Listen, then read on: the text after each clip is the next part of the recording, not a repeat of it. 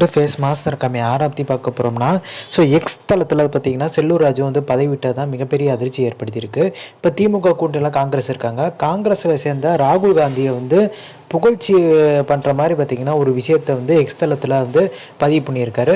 நான் பார்த்த ஒரு சிறந்த தலைவன்ற மாதிரி பார்த்திங்கன்னா கொண்டு போயிருக்காரு. செல்லூர் ராஜு சொன்னது அதிமுகவினே அதிர்ச்சி. நான் பார்த்த இளம் தலைவரில் பார்த்திங்கன்னா ராகுல் காந்தி வந்து ஒரு சிறந்த மனிதன் மாதிரி. ஸோ அதிமுக மேலே அதிருப்தியாகி வந்து செல்லூர் ராஜு பார்த்திங்கன்னா காங்கிரஸ் பக்கம் போகிறான்ற மாதிரிலாம் பேச்சுக்கள் எழுந்துச்சு. ஸோ இதனால் அதிமுக சேர்ந்த முன் வரிசையில் உட்காந்துருக்க ஒரு முக்கியமான பிரமுகரே பார்த்திங்கன்னா மேலெடுத்துக்க சொல்லிவிட்டார்.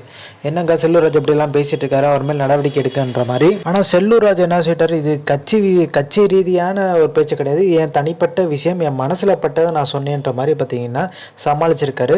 இப்போ மிகப்பெரிய லெவலில் பார்த்தீங்கன்னா செல்லூர் ராஜு மேலே வந்து கொஞ்சம் அதிமுகவினரே அதிருப்தி ஆகிட்டாங்க.